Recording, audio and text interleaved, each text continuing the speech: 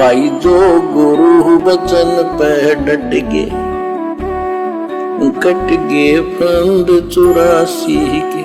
इब्राहिम सुल्तान अदम राजा भी था, धनी भी था, खूब पैसा था, 18 लाख घोड़े, तुरा, अनगिन खजाना, और बकवाद करने में कसर नहीं छोड़ रखी थी। 16,000 विवाह करा रखे थे। तो भक्त आत्माओं, परमात्मा ने उस अपनी प्यारी आत्मा को उस नरक से निकाला जिसको वो सुख मान रहा था। सम्मन पहले गरीब था, निर्धन था, और उसने क्या अपने मन में इच्छा की? धन की। अगर मेरे पास धन होता, मन में सोचा, कहा नहीं गुरुदेव से, अगर मेरे पास में धन होता तो आज बेटा नहीं काटना पड़ता। यानी मन में धन की इच्छा, कहा ना कहा बात एक ही है, मन में आ गई तो भी वही बात है। परमात्मा तो अंतर्यामी है। तो उस जन्म में सम्मन को क्या लगा कि यदि मेरे पास में धन होता, मैं पैसे वाले होता, तो मुझे ऐसा नहीं करना पड़ता। उसने सोचा कि धन में सुख है, माया मुझे सुखी करेगी। अगले जन्म में परमात्मा ने उसको नौशेरवा का बादशाह बना दिया। उसके अगले जन्म में इब्राहिम सुल्तान बना दिया, सबसे धनाढ्य राजा।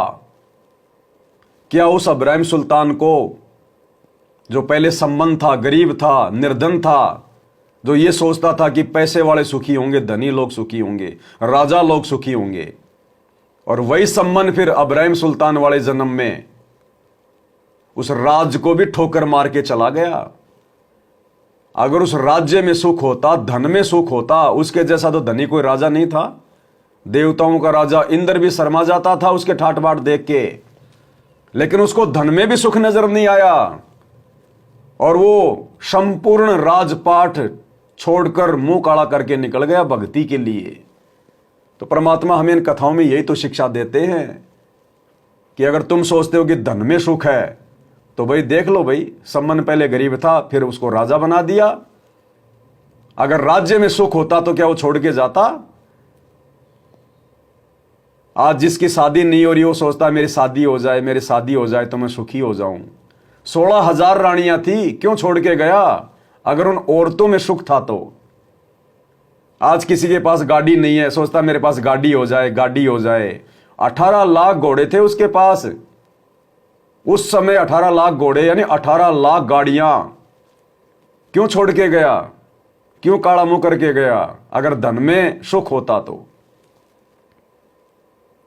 भाई और बहनों, ये कथा में यही शिक्षा देती है कि अब हमें वो सबसे बड़ा धन मिल गया, सबसे बड़ा धन। कबीरा सब जग निर्धना, धनवंता ना कोई, और धनवंता सो जानिए जा पे राम नाम धन होए। अरे हमें तो बैंक मिल गया, reserve bank of Srishti, India नहीं, रिजर्व बैंक ऑफ सृष्टि। हमें तो धन मिल गया, गवर्नर मिल गया जो सारी सृष्टि को दे रहा है, तीनों लोकों में प्रवेश करके सबका पेट भर रहा है। हमें तो वो बैंक मिल गया, उस बैंक का मालिक मिल गया, कबीर भगवान सतगुरु रामपाल जी। फिर हम काहे को बात बात पे धन के लिए हम प्रार्थना लगाएं? जब उचित परमात्मा समझेंगे और हमें आवश्यकता होगी, और जो धन, जो माया, जो वस्तु हमारे भक्ति मार्ग में नुकसान नहीं देगी, परमात्मा हमारे सामने लाके खड़ी कर देगा। और भैया, जिसको परमात्मा ने भक्ति करवानी होगी, जो परमात्मा की चुनी हुई आत्मा होगी, इसी जन्म में परमात्मा ने जिसका मोक्ष करना होगा, वो भैया कितना रो लो, कितना चीख लो, कितना पैर पीट लो, परमात्मा उसको अनावश्यक वस्तु नहीं देगा। इसलिए निष्कर्ष यही निकलता है कि यदि हमें गुरु समझ में आ गया, भक्ति समझ में आ गई, ज्ञान समझ में आ गया, तो अब हमने आंख बंद कर लेनी है और भक्ति पर दृढ़ होके लग जाना है कि कोटि जन्म तू राजा की ना मिटी न मन की आशा।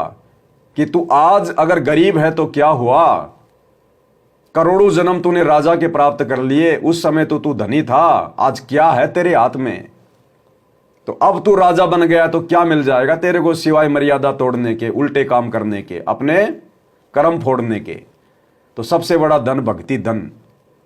सबसे बड़ा बैंक सतगुरु, और वो आज हमें प्राप्त है। हमारे आगे तो दुनिया भिखारी है, दुनिया। ब्रह्मा विष्णु महेश भी भिखारी है हमारे आगे। तो हमने ज्ञान आधार से इन बातों पर विचार करना पड़ेगा, ज्ञान आधार से। तब हमारा ये 90% दुख हमारा वैसे ही समाप्त हो जाएगा।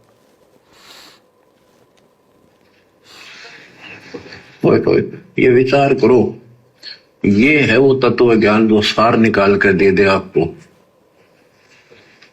कोई तो कहता है मैं एमएलए बन जाऊं, आशीर्वाद। क्या कह रहे हैं परमात्मा आगे? एक एक शब्द भाई और बहनों ध्यान से सुनना, एक एक शब्द।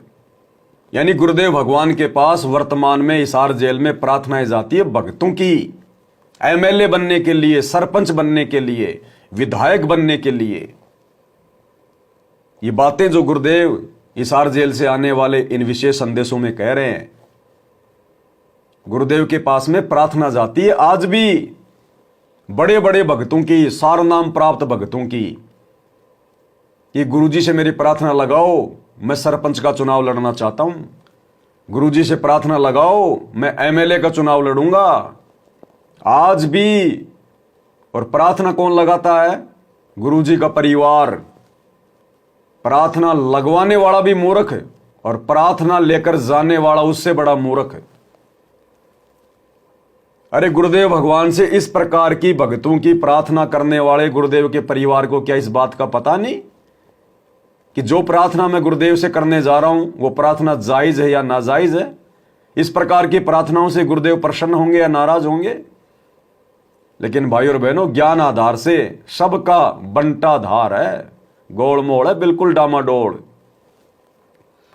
तो आज भी भक्तों की प्रार्थना जाती है सरपंची के चुनाव के लिए, एमएलए बनने के लिए, गंदी राजनीति का हिस्सा बनने के लिए। और परमात्मा कह रहे हैं हम तो उसको भगत ही नहीं मानते जो सरपंच बनना चाहता है, जो एमएलए जो बनना चाहता है। मालिक कहते हैं हमारे पास में यह आशीर्वाद के लिए कोई जगह नहीं है। अरे भगवान इस सतलोक से उतर के गंदे लोक में हमें सरपंच बनाने आया है? हमें गंदी राजनीति करवाने आया क्या परमात्मा? इतना संघर्ष 30 साल से परमात्मा क्या ये गंदा काम करवाने के लिए आया है? फिर भी भक्तों की बुद्धि ऑफ है। तो भाई और बहनों, परमात्मा ने सत्संगों में इन बातों का सार्वजनिक तौर पर जिक्र करना पड़ रहा है।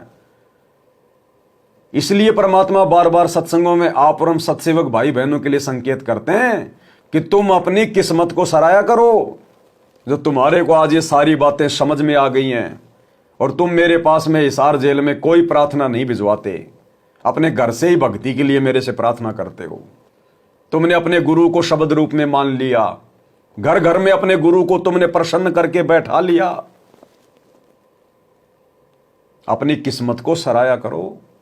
क्या कह रहे हैं गुरुदेव? जो गुरु बचन पे डट के कट गए फंद 84 के, कट गए फंद 84 के, कट गए फंद 84 के।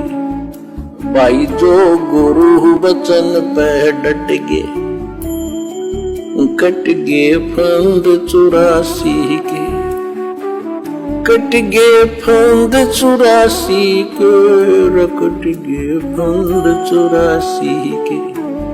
भाई जो गुरु बचन पे डट के